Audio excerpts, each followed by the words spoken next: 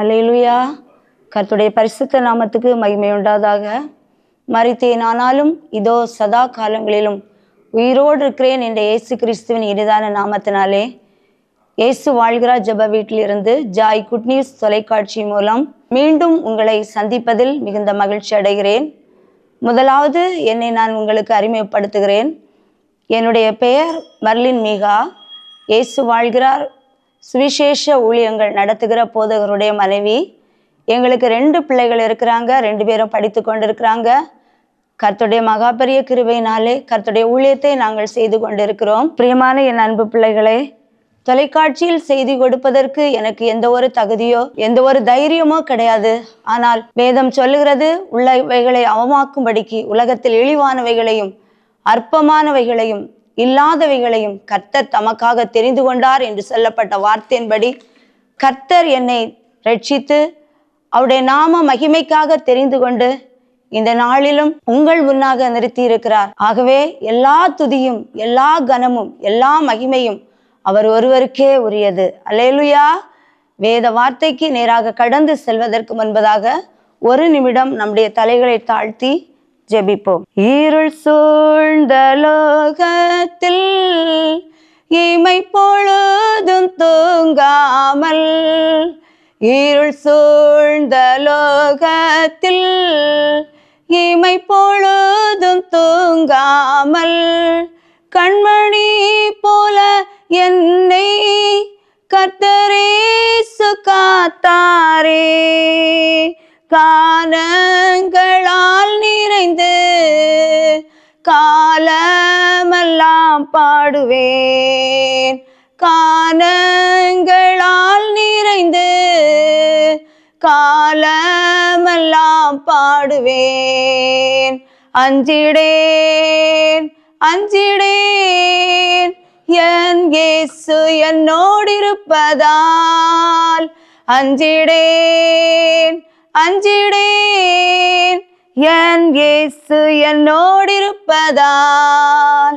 மரண பள்ளத்தாக்கில் நான் நடந்த வேளைகளில், மரண பள்ளத்தாக்கில் நான் நடந்த வேளைகளில் கர்த்தரே என்னோடிருந்து தேற்றினார் தம் கோலினால்.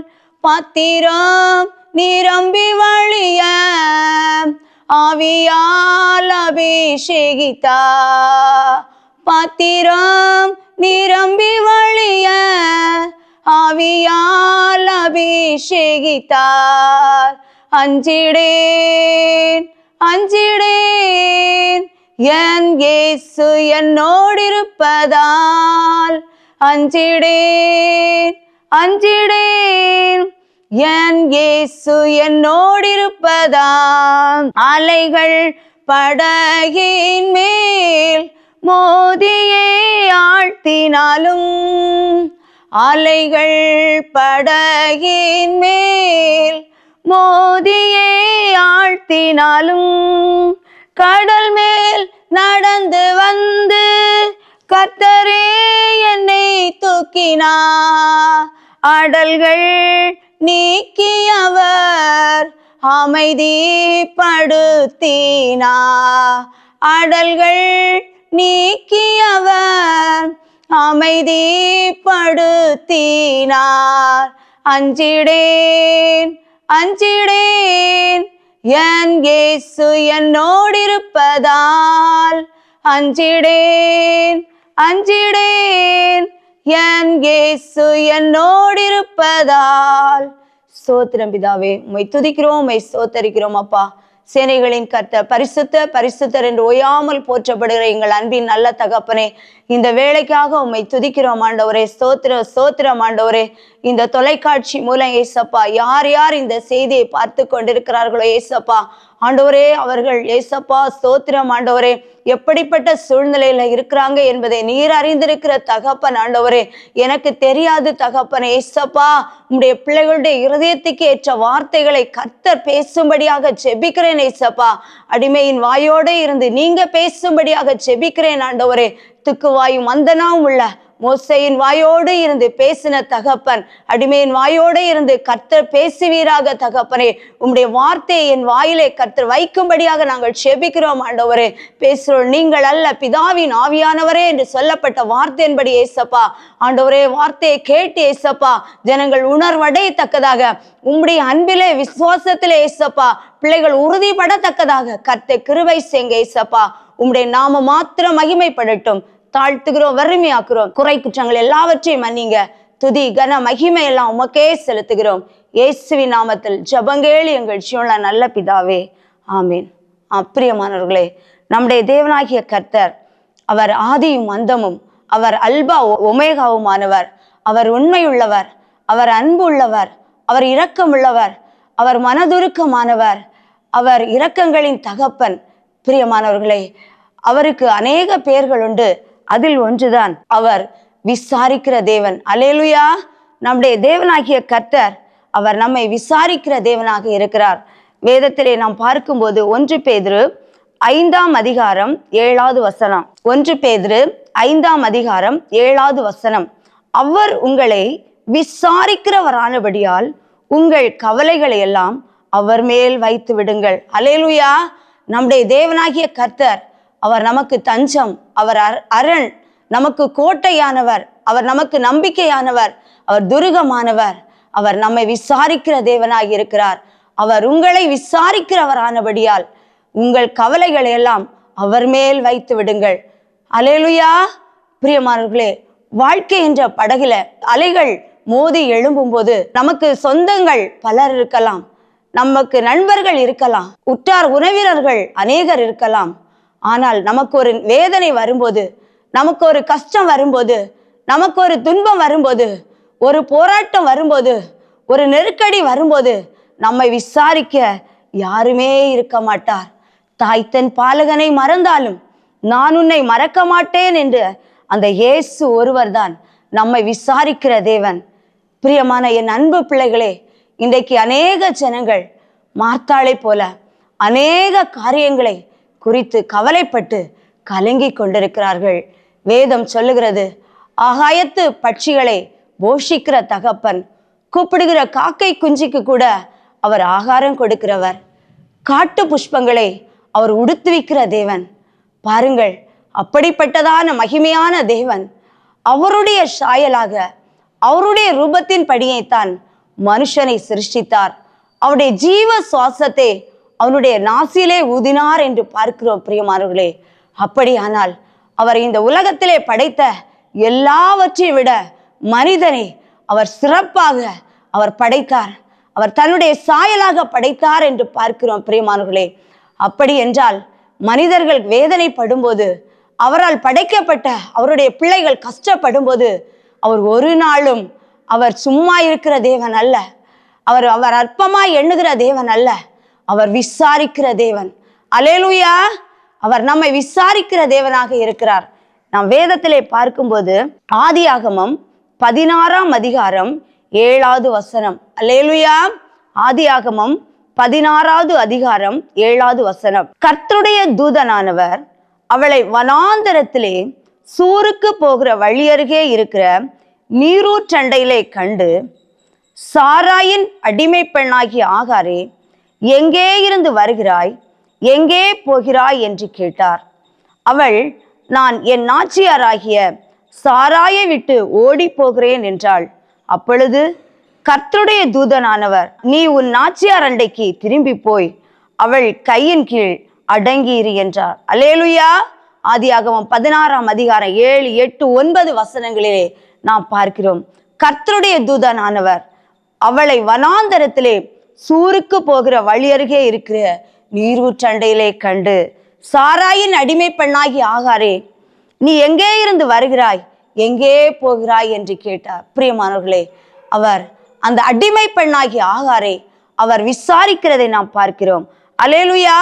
சாராய் தன் அடிமை பெண்ணாகிய ஆகார் மூலம் தன் குடும்பம் கட்டப்படும் என்று சொல்லி ஆகாரை தன்னுடைய கணவனார் ஆபிரகாமுக்கு மறுமனையாட்டியாக கொடுத்தாள் என்று பார்க்கிறோம். பிரியமானவர்களே, சாராளுக்கு பிள்ளை இல்லாது இருந்தது. அதனால அவளுடைய வீடு இவள் மூலம் கட்டப்படும் என்று சொல்லி இவளுக்கு ஒரு வாய்ப்பை கொடுத்தாள். இவள் ஒரு அடிமை பெண். ஆனால் அடிமைத்தனத்திலிருந்து அவளை தன்னுடைய கணவனாருக்கு மறுமனையாட்டியாக கொடுத்தாள் என்று பார்க்கிறோம். அந்த ஆகார் கர்ப்பவதி ஆனபோது சாராயை அற்பமாக எண்ணினாள் என்று பார்க்கிறோம். பிரியமானவர்களே, இன்றைக்கு அநேக ஜனங்களை நாம் பார்க்கும்போது இப்படித்தான் காணப்படுகிறார்கள். ஆகாரை போலத்தான் அநேக ஜனங்கள் காணப்படுகிறார்கள். ஏதோ ஒரு ஆசீர்வாதம் இல்லாத போது, எந்த ஒரு ஆசீர்வாதம் இல்லாத போது அவர்கள் என்ன செய்வார்கள் என்றால் பொறுமையோடு தாழ்மையோடு இருப்பாங்க. ஆனா ஆசீர்வாதம் கிடைத்த போது அவர்கள் அற்பமாய் எண்ணுகிறதை நாம் பார்க்க முடியும். பிரியமார்களே, அவர்களுக்குள்ளே ஒரு பெருமை வந்துவிடும்.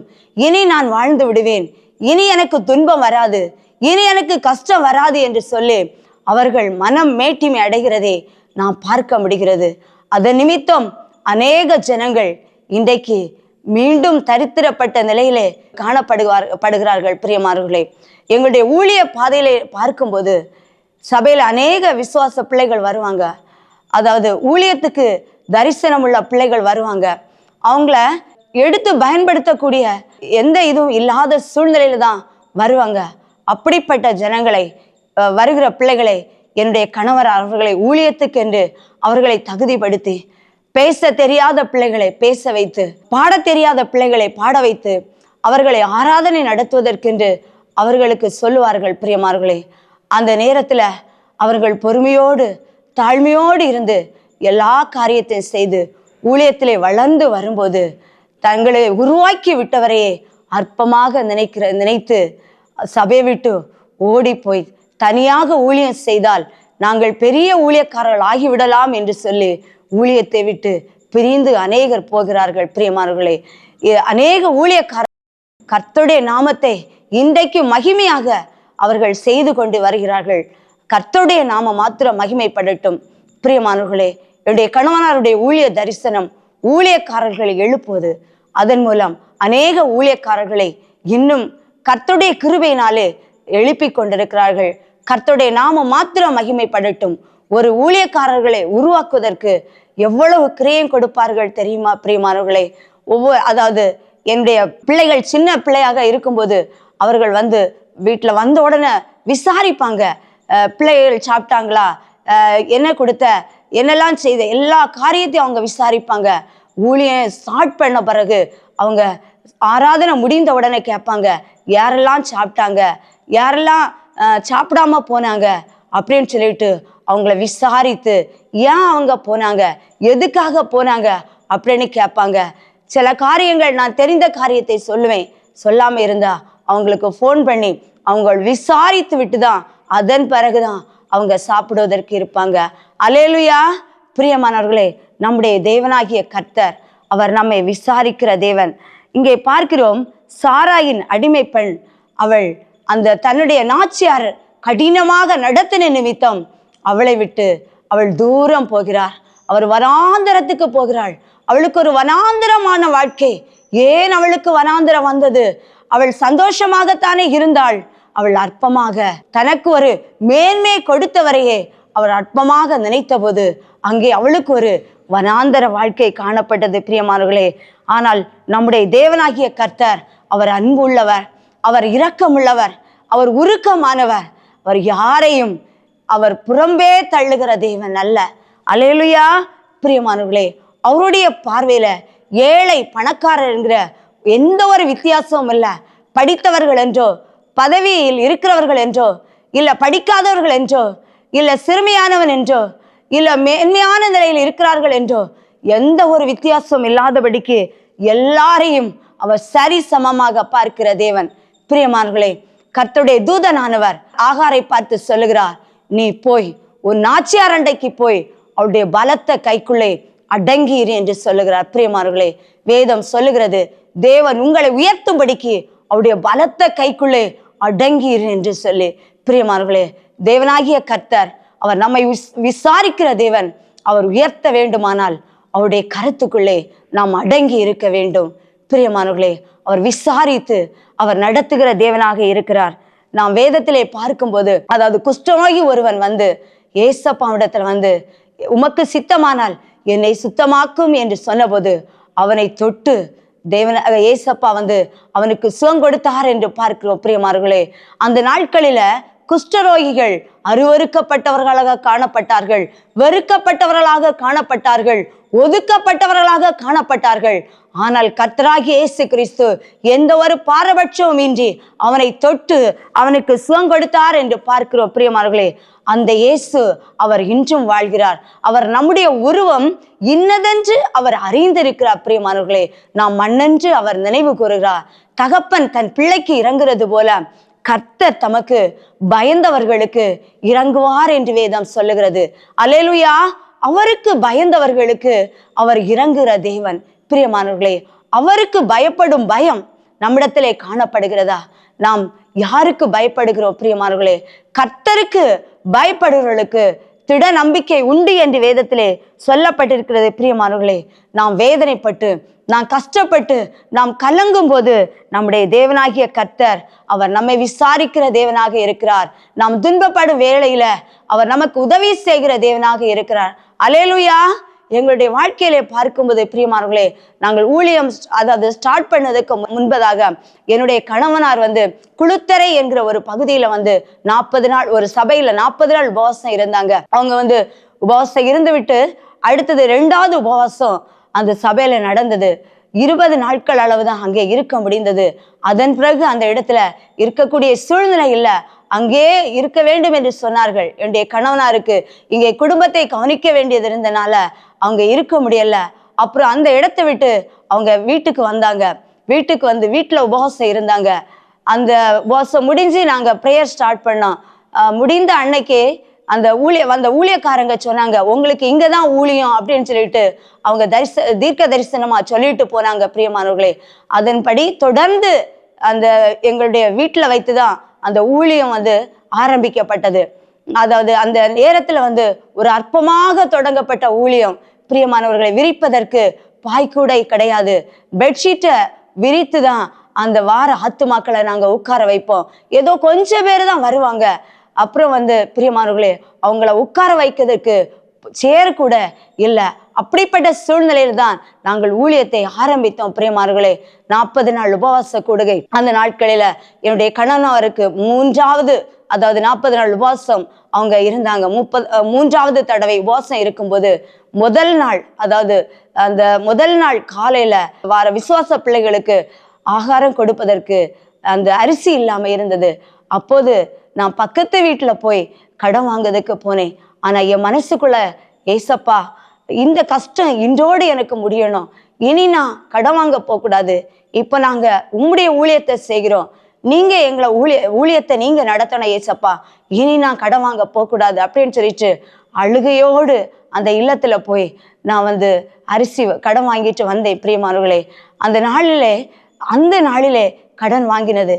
பிரியமானவர்களே, அதன் பிறகு இதுவரைக்கும் அப்படிப்பட்ட சம்பவம் ஊழியத்திலே நடக்கவில்லை.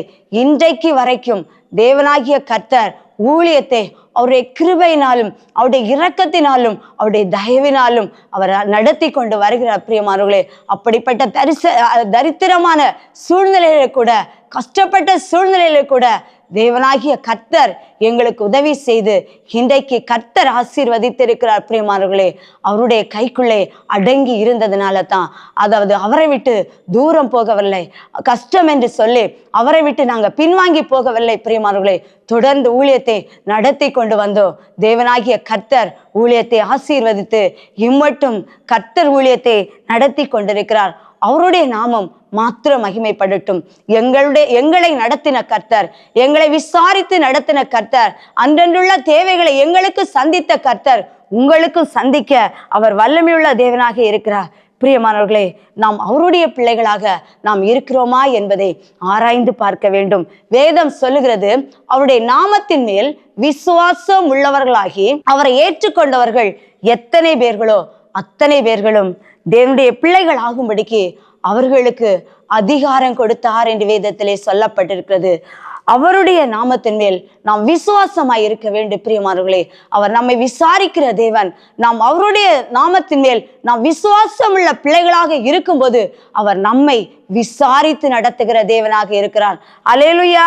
யோவான் 5ஆம் அதிகாரம் 5-6 வசனங்கள். 38 வருஷம் வியாதி கொண்டிருந்த ஒரு மனுஷன் அங்கே இருந்தான்.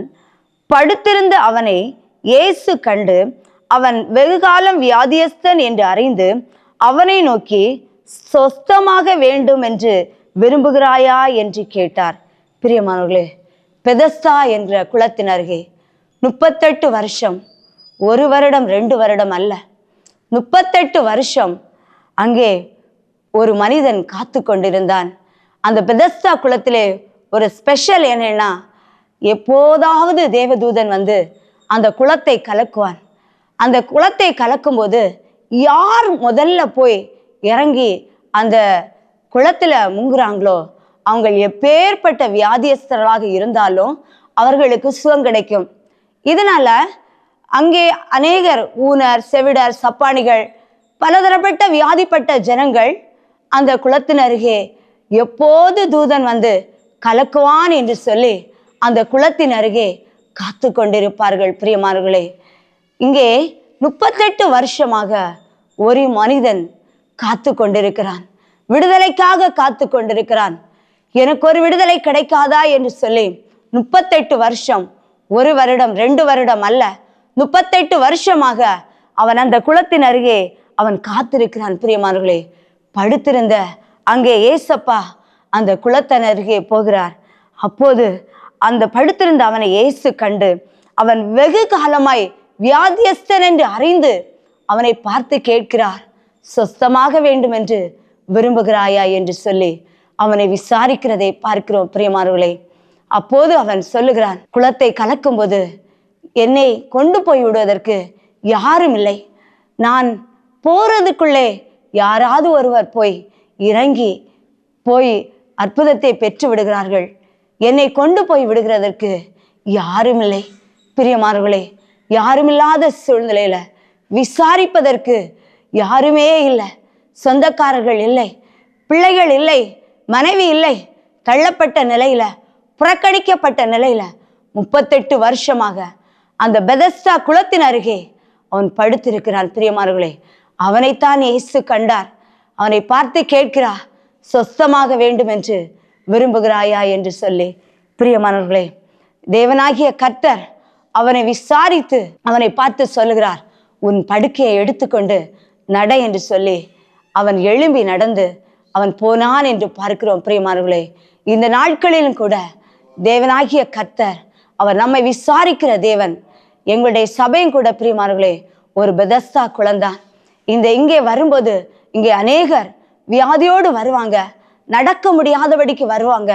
ஆனா போகும்போது நடந்து செல்லுவாங்க.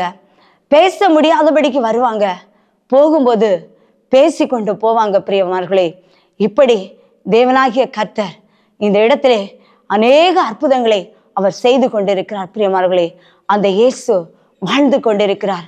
அந்த வாழ்கிற இயேசுவை பற்றி தான் உங்கள் முன்னாக நான் பேசி கொண்டிருக்கிறேன். அவர் மரித்தேன், ஆனாலும் இதோ சதா காலங்களிலும் உயிரோடு இருக்கிறேன் என்றவர் அவர் இன்றும் உயிரோடு இருக்கிறார். அவர் வாழ்ந்து கொண்டிருக்கிறார். பிரியமானவர்களே, அந்த 38 வருடம் படுத்திருந்த மகனை அவர் பார்த்து அவனை விசாரித்து அவனுக்கு விடுதலை கொடுத்த தேவன். அவர் உங்களுக்கும் அவர் விடுதலை கொடுக்க அவர் வல்லமை உள்ள தேவன். இதை பார்த்து கொண்டிருக்கிற நீங்கள் எப்படிப்பட்ட சூழ்நிலையில உங்கள் இல்லத்தில் இருக்கலாம், இல்லை எப்படிப்பட்ட சூழ்நிலையில பலவீனத்தோடு நீங்க இருக்கலாம், இல்ல ஒரு கடன் பிரச்சனையோடு நீங்க இருக்கலாம். பல நாட்களாக, பல வருடங்களாக நான் ஜெபித்து கொண்டிருக்கிறேனே, எனக்கு ஒரு விடுதலை இல்லை என்று சொல்லி, என்னை விசாரிக்க யாரும் இல்லையே என்று சொல்லி ஒரு கட்டப்பட்ட நிலையில நீங்க உங்க இல்லத்துல இருந்து கொண்டிருக்கலாம். பிரியமானவர்களே, இன்றைக்கும் கர்த்தர் உங்களை விசாரிக்கிற தேவன். அவர் உங்களை விசாரிக்கிற தேவன். அவர் உங்களை விசாரிக்கிற தேவன். பிரியமானவர்களே, அவர் அற்பமாய் எண்ணுகிற தேவன் அல்ல. அவர் உங்களை நேசிக்கிறவர். அவர் உங்களிடத்தில் அன்பு கூறுகிற தேவன். அவர் இரக்கமுள்ள தேவன். அவர் உருக்கமான தேவன். ஹல்லேலூயா, ஹல்லேலூயா. பிரியமான தேவனுடைய பிள்ளைகளே, அவர் உங்களை விசாரித்து அவர் நடத்துகிற தேவன். உங்கள் துக்கத்தை அவர் சந்தோஷமாக மாற்றுகிற தேவன். உங்கள் கவலைகள், உங்கள் கண்ணீர்கள் எல்லாவற்றையும் அவர் மாற்றுகிற தேவனாக இருக்கிறார். அல்லேலூயா. ஆதியாகமம் 3ஆம் அதிகாரம் 8, 9, 10 ஆகிய வசனங்கள். ஆதியாகமம் 3ஆம் அதிகாரம் 8, 9, 10 ஆகிய வசனங்கள். பகலிலே குளிர்ச்சியான வேளையிலே தோட்டத்தில் உலாவுற தேவனாகிய கர்த்தருடைய சத்தத்தை அவர்கள் கேட்டார்கள். அப்பொழுது ஆதாமும் அவன் மனைவியும் தேவனாகிய கர்த்தருடைய சந்நிதிக்கு விலகி தோட்டத்தின் விருட்சங்களுக்குள்ளே ஒளித்து கொண்டார்கள். அப்பொழுது தேவனாகிய கர்த்தர் ஆதாமை கூப்பிட்டு, நீ எங்கே இருக்கிறாய் என்றார். அதற்கு அவன், நான் தேவனுடைய சத்தத்தை தோட்டத்திலே கேட்டு நான் நிர்வாணியாய் இருப்பதினால் பயந்து ஒளித்து கொண்டேன் என்றான். பிரியமான தேவனுடைய பிள்ளைகளே, இந்த வேத பகுதி உங்கள் எல்லாருக்கும் தெரியும், அனைவருக்கும் தெரிந்த ஒரு பகுதி தான். அதாவது தேவனாகிய கர்த்தர் ஆதாமிட்ட சொன்னாரு, நீ இந்த தோட்டத்தின் நடுவில் இருக்கிற கனியை புசிக்க கூடாது என்று சொல்லி. ஆனால் தேவனாகிய கர்த்தர் படைத்த மிருகங்களிலே சர்ப்பமானது மிகவும் தந்திரமுள்ளதாக காணப்பட்டது. அது ஏவாளை பார்த்து கேட்டது. தேவனாகிய கர்த்தர் ஸ்திரியை பார்த்து, நாங்கள் தோட்டத்தில் உள்ள விருட்சங்களின் கனிகளை புசிக்கலாம், ஆனாலும் நடுவில் இருக்கிற விருட்சத்தின் கனியை குறித்து நீங்கள் சாகாதபடிக்கு புசிக்கவும் அதை தொடவும் வேண்டாம் என்று சொன்னார் என்றான். பிரியமானவர்களே, அந்த சர்ப்பம் அவர்களை பார்த்து கேட்கிறது, தோட்டத்தில் உள்ள சகல விருட்சங்களின் கனியையும் புசிக்க வேண்டாம் என்று தேவன் சொன்னது உண்டோ? பிரியமானவர்களே, அப்போதுதான் அவள் சொல்லுகிறாள், நடுவில் இருக்கிற விருட்சத்தின் கனியை புசிக்க கூடாது என்று சொன்னார். அந்த கனி பிரியமானவர்களே பார்வைக்கு அழகாய் இருந்தது.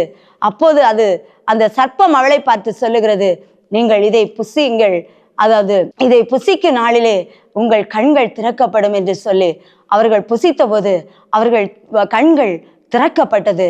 இப்போது ஒவ்வொரு நாளும் தேவனாகிய கர்த்தர் அந்த ஏதேன் தோட்டத்திலே ஆதாம் ஏவாளை பார்ப்பதற்காக அந்த இடத்திலே கடந்து வருவார். பிரியமானவர்களே, அந்த இடத்திலே வரும்போது அவர்கள் தேவனாகிய கர்த்தரோடு அவர்கள் உலாவி கொண்டிருப்பார்கள். இப்போது தேவனாகிய கர்த்தர் குளிர்ச்சியான வேளையிலே, பகலில் குளிர்ச்சியான வேளையிலே அவர்களை பார்க்க வருகிறார், அவர்களை விசாரிக்க வருகிறார். விசாரிக்க வரும்போது அவர்கள் அங்கே இல்லை. அவர்கள் கர்த்தருடைய வார்த்தைக்கு கீழ்ப்படியாத நிமித்தம் கர்த்தரே சத்தத்தை கேட்டு அவர்கள் விருட்சங்களுக்குள்ளே ஒளித்து கொண்டார்கள் என்று பார்க்கிறோம். பிரியமானவர்களே, தேவனாகிய கர்த்தர் நம்மை ஒவ்வொரு நாளும் அவர் விசாரிக்கிற தேவன். நாம் பாவம் செய்து நாம் பாவத்துக்கு அடிமைப்பட்டு வாழும்போது, கர்த்தருக்கு பயம் இல்லாதபடிக்கு வாழும்போது, அவருடைய வார்த்தைக்கு நாம் கீழ்ப்படியாமல் இருக்கும்போது, அவர் நம்மை விசாரிக்க வரும்போது அவர் அந்த இடத்திலே வெறுமனே தான் காணப்படுவார். பிரியமானவர்களே, எங்க சபையில நடந்த ஒரு சாட்சியை உங்கள் முன்னாக சொல்லலாம் என்று நினைக்கிறேன். அதாவது ஒரு வாலிப பையன் எங்கள் சபையில ஒரு புத்தி பேதலிக்கப்பட்ட நிலையில தான் அவன் அந்த இடத்திலே கடந்து வந்தான். பிரியமானவர்களே, அவனை செபித்து அவனை அந்த ஊழிய காரியத்திலே அவனை செயல்பட வைத்து, அவனை பாட வைத்து, சங்கீத பகுதி எடுக்க வைத்து, அவனை அப்படி ஊழியத்திலே அவன் வளர்த்தி கொண்டு வந்த வேளையில பிரியமானவர்களே, திடீரென்று அவனுக்குள்ளே மேன்மை வந்தது, மேட்டிமை அவனுக்குள்ளே வந்தது. அவன் இந்த இடத்துல இருக்கிறதற்கு பிடிக்கவில்லை. பிரியமானவர்களே, அவன் என்றைக்கு எங்கள் சபையில அந்த நாட்கள்ல சபை ஓலை குடிசையாக காணப்பட்டது. இடையில ஒரு துணி கட்டி இருக்கும், என்னுடைய சாரி அந்த இடத்துல கட்டி இருக்கும், அது பீடம் மறைந்திருக்கும். அந்த வெளியே தான் அந்த இடத்துல அவன் படுத்திருப்பான். பிரியமானவர்களே, அன்றைக்கு அவன் அந்த இடத்தை விட்டு போய்விட்டான். அவன் அங்கே இல்லை. பிரியமானவர்களே, அங்கே ஒரு சத்தம் கேட்கிறது, மகனே மகனே மகனே என்று சொல்லி அவனை விசாரிக்கிற சத்தம் கேட்கிறது. பிரியமானவர்களே, அவன் அங்கே இல்லை. நம்முடைய தேவனாகிய கர்த்தர் நம்மை விசாரிக்கிற தேவன். நாம் நினைக்கலாம், என்னை விசாரிக்க யாரும் இல்லை என்று சொல்லி நாம் கர்த்தருடைய சமூகத்தை விட்டு நாம் தூரம் போகும்போது தேவனாகிய கர்த்தர் அந்த இடத்திலே துக்கத்தோடு தான் நிற்பார். பிரியமானவர்களே, அந்த ஆதாமும் ஏவாளும் தேவனாகிய கர்த்தர் அவர்களை விசாரிக்க வரும்போது பிரியமானவர்களே, அவர்கள் தேவனாகிய கர்த்தரை விட்டு தூரம் போனார்கள். கர்த்தருடைய வார்த்தைக்கு கீழ்ப்படியாதபடிக்கு அவருடைய சமூகத்தை விட்டு அவர்கள் தூரம் போனதைத்தான் நான் பார்க்க முடிகிறது. பிரியமானவர்களே, அவர் நம்மை விசாரிக்கிற தேவன். நாம் எப்படி காணப்படுகிறோம்? பிரியமானவர்களே, நாம் யாரை குறை சொல்லி கொண்டிருக்கிறோம்? தேவனாகிய கர்த்தர் எப்போதும் எந்த நிலையிலும் அவர் நம்மை விசாரிக்கிற தேவன். அவர் விசாரிக்க வரும்போது அவருக்கு நாம் என்ன பதில் சொல்லக்கூடியவர்களாக காணப்படுகிறோம்? பிரியமானவர்களே, நம்மை நாம் சோதித்தறிய வேண்டும்.